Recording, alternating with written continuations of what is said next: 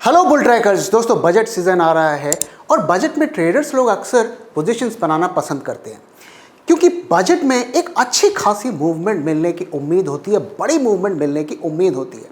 पर प्रॉब्लम क्या होता है कि बजट से पहले ट्रेंड का अंदाज़ा लगाना बहुत मुश्किल होता है। कोई टेक्निकल एनालिसिस, किसी तरीके की एनालिसिस काम नहीं करती है क्योंकि बजट में क्या अनाउंस होगा इसकी जानकारी आम लोगों को नहीं होती, रिटेलर्स को नहीं होती और अच्छे बड़े बड़े ट्रेडर्स को भी नहीं होती। तो जो भी अनाउंसमेंट आती है वो एक सरप्राइज़ होता है और सरप्राइज़ की वजह से किसी सेक्टर को फ़ायदा होता है, किसी को नुकसान होता है। लेकिन कई दफ़े ऐसा भी होता है कि अगले दिन उसका इंटरप्रिटेशन उल्टा ही निकलता है, जिसे नेगेटिव न्यूज़ लोग समझते हैं वो पॉजिटिव न्यूज़ बन जाती है। तो काफ़ी मार्केट में उठापटक होती है। तो ऐसे में पोजीशंस बनाना कोई आसान काम नहीं होता है, ये रिस्की ट्रेडर्स का बेट होता है और ऐसे में हमें बहुत ही सावधानी से प्रॉपर रिस्क मैनेजमेंट के साथ ही बजट के दिन काम करना चाहिए, बजट की स्ट्रेटजी पे काम करना चाहिए। और जो छोटे ट्रेडर और इन्वेस्टर्स हैं उनको तो इस इवेंट को अवॉइड करना चाहिए, पोजीशंस नहीं बनानी चाहिए। तो इस वीडियो में हम बात करेंगे कि करंट जो सिचुएशन है और बजट आने वाला है, तो ऐसे सिचुएशन में कौन सी स्ट्रैटेजी हमें कंसिडर करनी चाहिए, कौन सी स्ट्रैटेजी को हमें इग्नोर करना चाहिए, इसके बारे में हम बात करेंगे। सबसे पहले आइए हम ट्रेंड की बात करते हैं कि ट्रेंड का क्या इस वक्त सिचुएशन है। तो दोस्तों हम जानते हैं बैंकिंग सेक्टर में सेलिंग हो रही है, HDFC बैंक में काफ़ी ज़्यादा सेलिंग हो रही है और ज़्यादातर सेलिंग जो FIIs कर रहे हैं और FIIs के सेलिंग की वजह से मार्केट में हमें गिरावट देखने को मिल रही है। अब एक न्यूज़ आ रही है कि LIC HDFC में स्टेक बढ़ा सकता है। अब वो कितना बढ़ाएगा, नहीं बढ़ाएगा, इसकी हमें जानकारी नहीं है। तो क्या शॉर्ट कवरिंग स्टार्ट होगी? तो आइए सबसे पहले हम देखते हैं कि FII की पोजीशंस की क्या सिचुएशन है। तो कैश मार्केट में वो क्या करेंगे ये तो हमें नहीं पता, हमें तो सिर्फ पास का डेटा ही मिलता है। लेकिन जो फ्यूचर्स डेरिवेटिव मार्केट में और कॉल एंड ऑप्शंस मार्केट में जो पोजीशंस उन्होंने बनाई है, आइए उस पर ज़रा एक नज़र डालते हैं और देखते हैं उनका आने वाले दिनों में मार्केट के प्रति उनका क्या आउटलुक है। तो ये सबसे पहले हम देखते हैं कि डेरिवेटिव मार्केट्स में फ्यूचर्स में FIIs की पोजीशंस कैसी है। तो ये ऊपर वाला चार्ट है, ये आप FIIs की डेरिवेटिव्स में जो फ्यूचर्स मार्केट में जो पोजीशंस है फॉर इंडेक्स में उसको यहाँ पे दिखा रहा है। यानी कि Nifty, bank Nifty, fin Nifty में FIIs की क्या सिचुएशन है फ्यूचर्स मार्केट में वो दिखा रहा है। तो आप देख सकते हैं कि ये सारे उनके जो हैं यहाँ पर पॉजिटिव बुलिश पोजीशंस थी, फ्यूचर्स में उनका नेट बाइंग की पोजीशंस थी। तो ये ग्रीन बार मतलब इतनी पोजीशंस उनकी बाइंग साइड पर थी और ये रेड बार मतलब उनकी पोजीशंस वो सेल साइड पर यानी बेरिश पोजीशंस है। तो अगर आप देखें यहाँ पे दिसंबर फर्स्ट वीक से उन्होंने उनकी पोजीशंस तो थी जितनी वो बेरिश पोजीशंस थी और उसके बाद से उन्होंने उसे बुलिश में कन्वर्ट किया और पूरे दिसंबर में हमें एक शानदार रैली देखने को मिली। यहाँ पर मार्केट ने ऑल टाइम हाई बनाया और अब जो मिड ऑफ जनवरी से उनकी फ्यूचर साइड में नेट सेल पोजीशंस बन गई है, बेरिश पोजीशंस बन गई है। और आप देखिए 25 जनवरी को कितनी बड़ी उन्होंने फ्यूचर्स मार्केट में सेल पोजीशंस बनाई, ये शॉर्ट पोजीशंस बनाई हुई है। तो फ्यूचर्स मार्केट में स्ट्रांगली बेयरिश सेंटिमेंट्स हैं FIIs के। अब ये सेंटिमेंट बेरिश तो है लेकिन ये उतना ही होप भी देता है कि अगर शॉर्ट कवरिंग स्टार्ट हुई तो ये तेजी से मार्केट ऊपर भी जाएगा क्योंकि उन्हें वो पोजीशंस को कवर करना पड़ेगा। अब खबर आ रही है कि LIC HDFC बैंक में स्टेक बढ़ाएगा, ऐसी खबर आ रही है। मैंने उसे कंफर्म नहीं किया कि बढ़ाएगा कि नहीं बढ़ाएगा और कितने दिनों में खरीदेगा, क्या इमीडिएटली खरीदेगा, क्या 1 साल में खरीदेगा, 6 महीने में खरीदेगा, वो भी हमें नहीं पता। तो अगर वो सडनली बहुत बड़ी बाइंग करने लगते हैं तो उन्हें ये कवर करना पड़ेगा।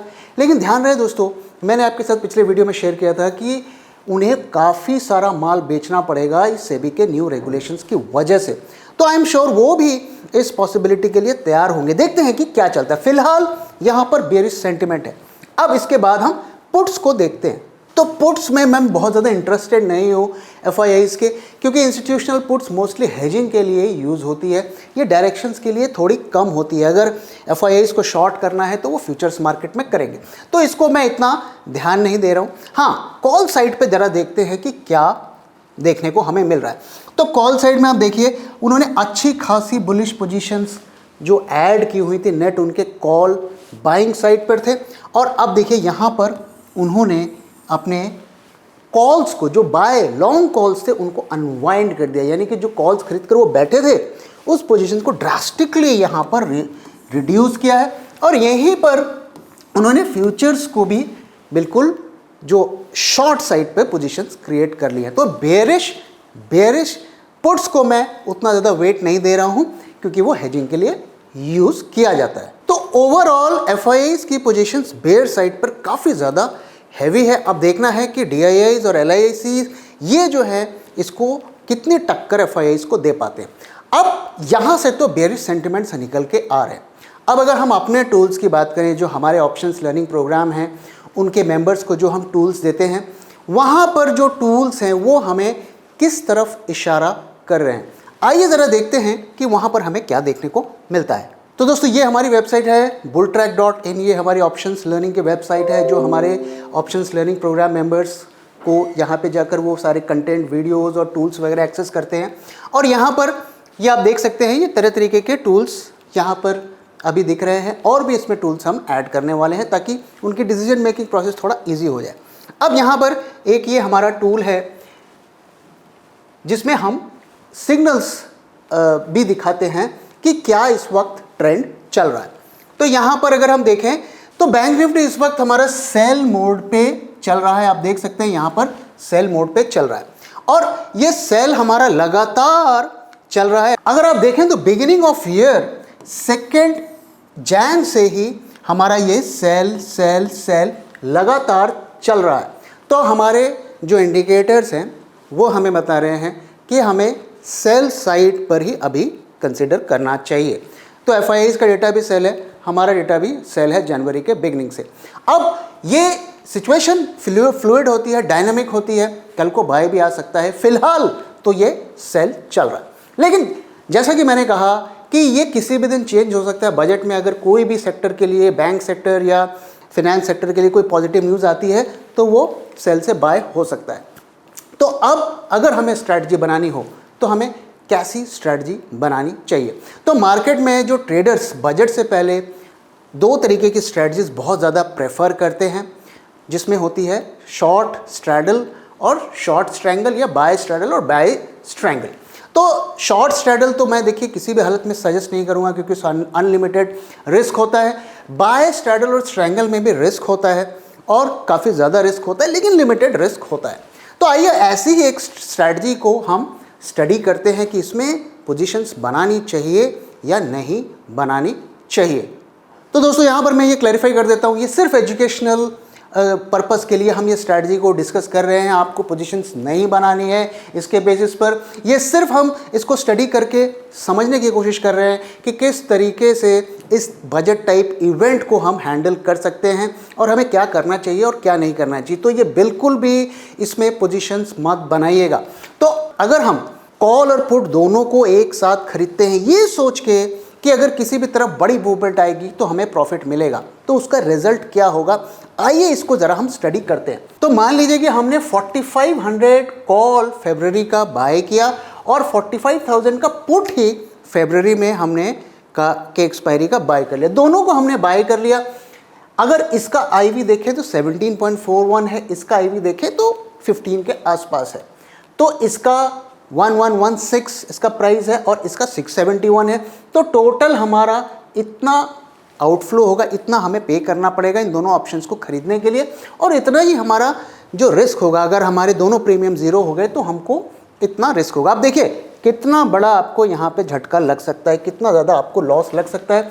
26,000 का अगर इस पोजीशंस को आप बनाएं। और यही बात मैं कह रहा था कि स्ट्रैडल और स्ट्रैंगल को में पोजीशन लेने का यही सबसे बड़ा एडवांटेज है। फिर भी हम इस स्ट्रैटेजी को स्टडी करते हैं और देखते हैं कि कैसे हम इस इवेंट को प्ले कर सकते हैं, अपनी स्ट्रैटेजीज में यूज़ कर सकते हैं। तो यहाँ पर अगर आप देखिए कि इस वक्त हमारा जो स्पॉट प्राइस है वो 44,866 के आसपास है, और आईवीज के बेसिस पर अगर हम रेंज निकालने की कोशिश करें तो फरवरी एक्सपायरी तक 2478 करीब 2500 पॉइंट का हमें मूवमेंट मिल सकता है मैक्सिमम। तो यहाँ पर हमारा जो रेंज बनती है 42,388 से 47,344 की हमें रेंज मिलती है एक्सपायरी तक। इसी रेंज के बीच में हमें स्ट्रैटेजी बनाना पड़ेगा, यानी कि मार्केट फरवरी तक इस वक्त जो डेटा हमें ऑप्शंस में दिख रहा है उसके बेसिस पर हम कह सकते हैं कि 42,388 से 47,344 के बीच में मार्केट रहेगा। तो यहाँ पे वेरिएबल्स क्या है, यहाँ पे दो मेजर वेरिएबल्स है, एक आईवी और एक हमारा बैंक निफ्टी का स्पॉट प्राइस।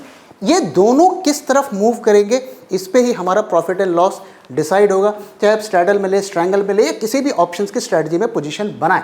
तो अब ज़रा सिचुएशन देखते हैं कि अगर तो हमें एक बड़ी मूवमेंट ऊपर तक मिलती है हमारे जो अपर बैंड तक, तो क्या सिचुएशन बनती है।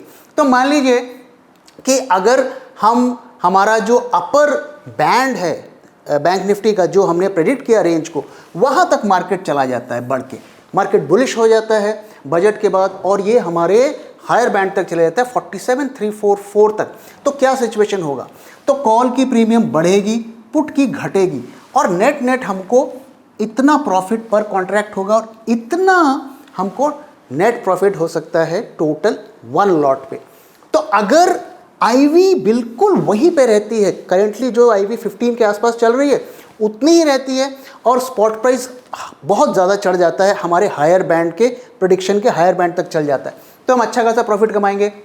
अगर आईवी गिर जाती है 5% नीचे गिर जाती है यहाँ से, तो क्या होगा, तो भी हम प्रॉफिट में रहेंगे। अगर बढ़ जाती है आईवी तो भी हम प्रॉफिट में रहेंगे।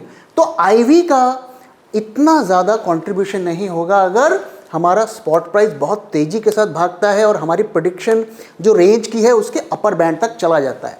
तो इस केस में वी आर सॉर्टेड, हमें हर सिचुएशन में प्रॉफिट मिलेगा। अगर हम मार्केट गिरने लगता है तो क्या होगा, अगर मार्केट गिर के लोअर बैंड पे आ जाता है, 2500 पॉइंट पूरे फरवरी में गिर जाता है, तो क्या होगा, तो भी आईवी कहीं भी जाए, चाहे सेम लेवल पर रहे, चाहे +5% हो, चाहे -5% हो, हर सिचुएशन में हमें यहाँ पर प्रॉफिट मिलेगा। लेकिन आप देख सकते हैं कि जब आईवीज बढ़ेंगे 5% और प्राइस की मूवमेंट भी लंबी होगी तो हमें मैक्सिमम प्रॉफिट होगा। इसलिए आईवी हमें स्ट्रैटेजीज पर इग्नोर नहीं करना चाहिए। अब मान लीजिए कि 2500 पॉइंट की मूवमेंट नहीं होती है, सिर्फ हमें 1000 पॉइंट्स की मूवमेंट मिलती है, which is a more realistic situation. हमें नहीं पता बजट कैसा होगा, हो सकता है बजट मार्केट बिल्कुल ही इग्नोर कर दे, तो हो सकता है 1000 पॉइंट ऊपर चले जाए, 1000 पॉइंट नीचे चले जाए। उस केस में हमें कितना प्रॉफिट और लॉस होगा। तो आइए हम अगेन वेरियस आईवी कंडीशंस के बेसिस पर एनालिसिस करने की कोशिश करते हैं।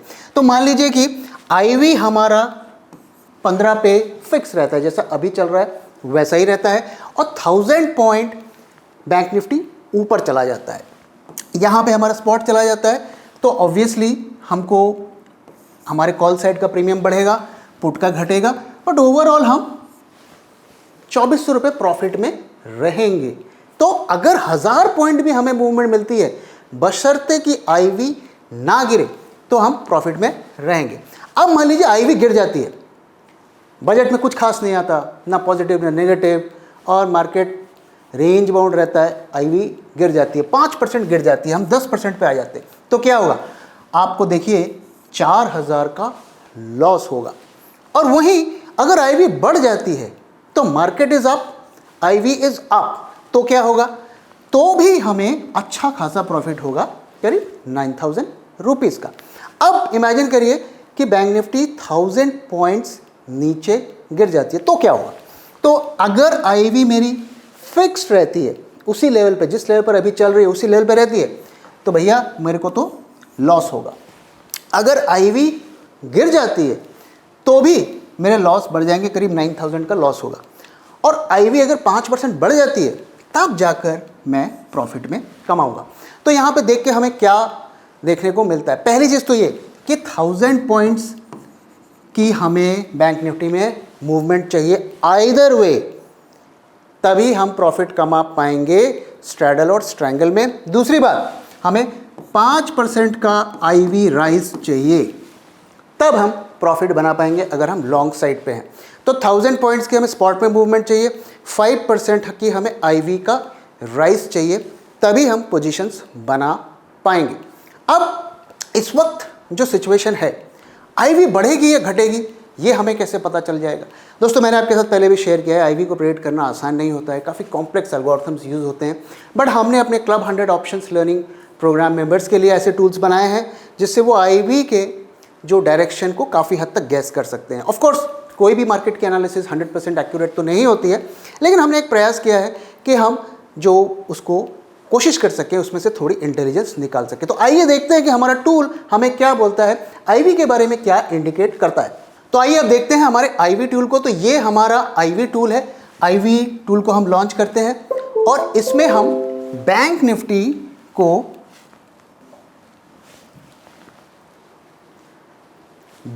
के चार्ट को लोड करते हैं, उसके इंडिकेटर को लोड करते हैं। तो दोस्तों यहां पर आप देख सकते हैं, ये जो ब्लू लाइन है ये हमारा IV है, बैंक निफ्टी का IV है। IV आप देख सकते हैं कि कंटिन्यूसली चढ़ रहा है, और ये जो ग्रीन बार्स आपको दिख रहे हैं ये हमारा इंडिकेटर है। ये हमारे खुद का डेवलप किया हुआ इंडिकेटर है जो हमें बताता है कि IV यहाँ से बढ़ेगा या घटेगा। तो इसका बड़ा सिंपल इंटरप्रिटेशन रूल हमने रखा है कि जब ये 0.40 इस लेवल पे रहता है तो वहाँ पर इसका मतलब है कि IVs काफ़ी ऊपर जा चुकी है, अब वो नीचे आएंगी। और जब -0.4 पे रहता है मतलब IV वहाँ से चढ़ेंगी। तो अगर यहाँ पर आप देखें तो यहाँ पर IVs हमारी ओवर बॉट सिचुएशन में है, मतलब यहाँ से IV के गिरने के चांस थे। तो यहाँ से आप देखिए IVs गिरे और यहाँ पर वापस से IVs ओवर सोल्ड हो गए और यहाँ से हमें IV पे राइज देखने को मिला। अब यहाँ पर वेयर डू वी स्टैंड? तो देखिए IV जो है साइकिल में मूव करता है, मतलब ऊपर से नीचे और फिर नीचे से ऊपर, वेव के पैटर्न में मूव करता है। तो जब तक जैसे यहाँ पर IVs ओवर सोल्ड हो गई थी और यहाँ से IV में राइज हमें देखने को मिला, और अभी तक ये राइज हमें देखने को मिल रहा है। अब जब तक ये इंडिकेटर यहाँ तक नहीं पहुँचता है, यानी कि 0.04 तक नहीं पहुँचता है, तब तक हम IV पर बुलिश रहेंगे, यानी कि IV के बढ़ने की उम्मीद रहेगी। हालांकि आइडियल जो पॉइंट होता है IV को प्रेडिक्ट करने का वो ये लेवल्स होते हैं, लेकिन फिलहाल ना तो ये 0.4 के पास है, ना -0.40 के पास है, उसके बीच में है। तो जब तक ये 0.40 तक नहीं पहुंचता है हम IV पर बुलिश रहेंगे। तो फिलहाल जो यहाँ से एनालिसिस देख के हमें मिल रही है कि IVs अभी बुलिश मोड पर रहेंगी या करेंट लेवल पर ही चलेंगी कुछ टाइम तक, जब तक कि हम ये इंडिकेटर 0.40 तक नहीं चल सकता। तो फिलहाल जैसा कि हमने कहा IVs इस वक्त बढ़ने की उम्मीद है या करंट लेवल पर सस्टेन करेंगी।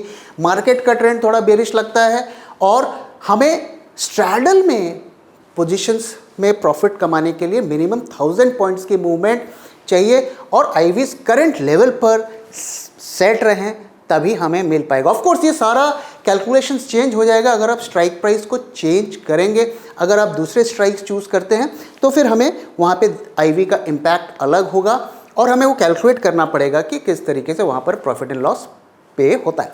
अब जैसे कि मैंने बताया, स्ट्रैडल और स्ट्रैंगल हाईली रिस्की स्ट्रैटेजीज हैं, इसमें रिस्क भी ज़्यादा है, चाहे आप शॉर्ट करें चाहे लॉन्ग करें।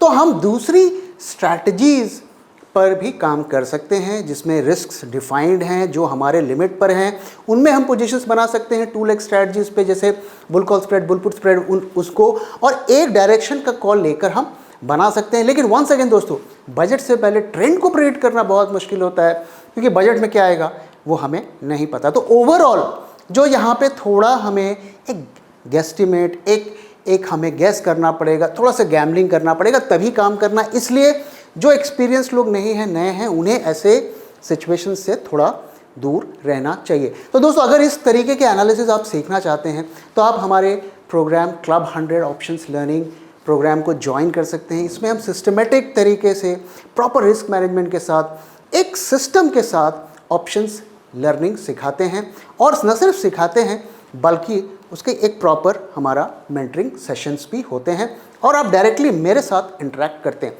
तो इंटरेस्टेड हैं तो आज ही हमारी वेबसाइट bulltrack.in पे जाइए, अपने आप को रजिस्टर करिए। स्क्रीन पे दिए हुए नंबर पे भी आप हमसे कांटेक्ट कर सकते हैं और कोई भी जानकारी चाहिए तो हम बहुत ज़्यादा हमें खुशी होगी आपके साथ उस जानकारी को शेयर करने के लिए। तो दोस्तों इसी के साथ इस वीडियो को यहाँ पे ख़त्म कर रहा हूँ। वीडियो कैसा लगा ज़रूर बताइएगा और क्या बजट में आप स्ट्रैटेजी बना रहे हैं, अगर बना रहे हैं तो कैसी स्ट्रैटेजी बना रहे हैं, ज़रूर अपना भी व्यू हमारे साथ शेयर करिए। So thank you for watching and thank you for your time.